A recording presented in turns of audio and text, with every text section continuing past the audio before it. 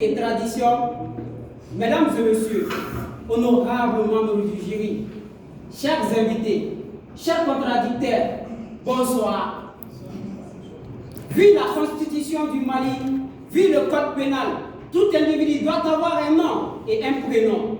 Sur ce, je réponds à la modeste personne Lassina Touré, étudiant à la FST, Faculté des sciences et techniques, licence réseau télécommunications.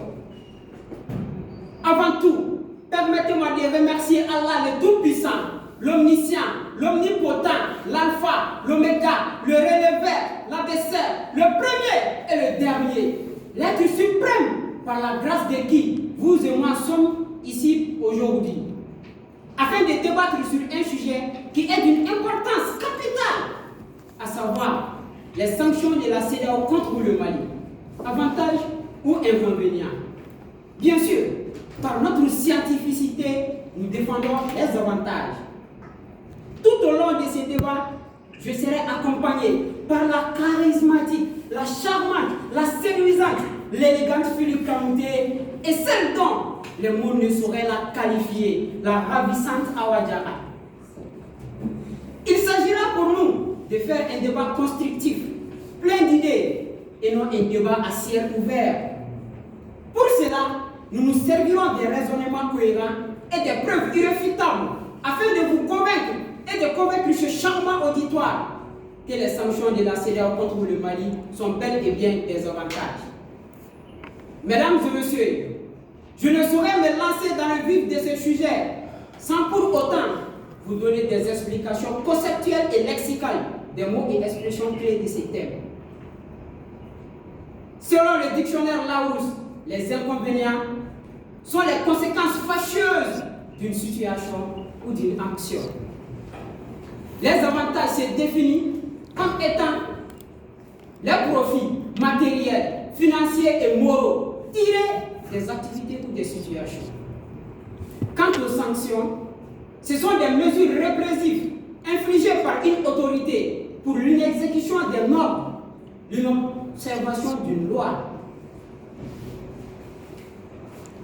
Cependant, les sanctions sont censées produire des effets négatifs. Tel n'est pas toujours le cas. Nous avons vu des pays qui ont été sous embargo, qui ont été sanctionnés. Et ce sont en ces moments de sanctions que ces pays ont posé le socle de leur développement. Ça a été une prise de conscience pour ces pays. Pourquoi serait-il différent pour le Mali? Cependant, les sanctions de la CEDEAO contre le Mali sont entre autres la fermeture des frontières entre le Mali et les États membres de l'organisation, le gel des avoirs des Maliens au sein de la Banque centrale des États de l'Afrique de l'Ouest, la suspension du Mali de toute aide financière des institutions, la suspension des transactions avec Bamako sauf les produits de première nécessité, le retrait des ambassadeurs du Mali de tous les États membres de l'organisation.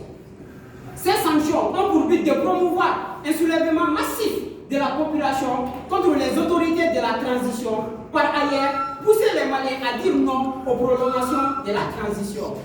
Mesdames et messieurs, malheureusement, tel n'a pas été le cas. Nous avons assisté à un soutien total de la population envers les autorités de la transition.